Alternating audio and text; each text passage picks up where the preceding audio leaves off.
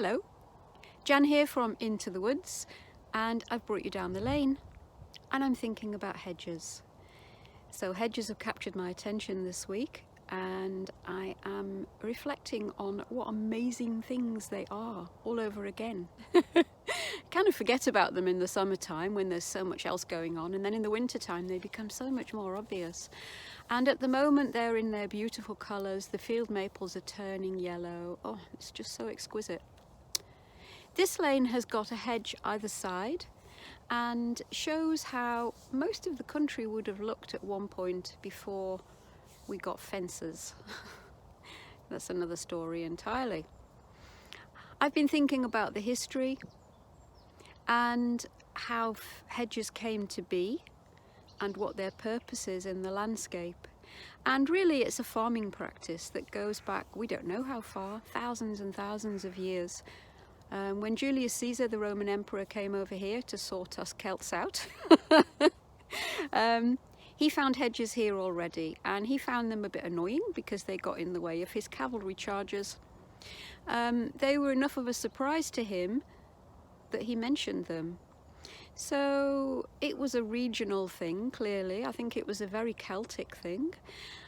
And the whole point is that if you've got crops and you've got stock, you don't want the two to get together because the stock will make a mess of your crops. So unless you've got an abundance of little boys and girls and elderly people to sit and watch the stock at all times and herd them, shepherds, goat herds, cattle herds, unless you can do that all the time, you've got to have some way of keeping the stock in. And in an area where you don't have a lot of stone to build stone walls, hedges are an ideal solution. So hedges really are linear bits of woodland. That's what they are. They're trees. They're a line of trees that are managed in different ways for our purposes. There are different theories about how they came to be. Did we go into a woodland and chop out square bits and leave bits of woodland in between? Did we plant them deliberately?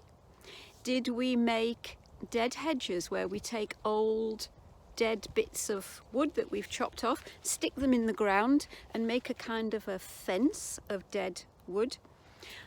And then the birds come along and poop their seeds, and the new trees start to grow up, and that what was a dead hedge becomes a living hedge. And there's probably there's a little robin just come and landed opposite. She's really close.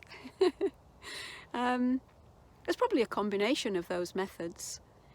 Now what we're left with is ancient hedgerows in the landscape that are endangered, and they really deserve our care and attention and effort to save them. And in that, I'll explain why in another video. For the moment, just enjoy the beauty of them.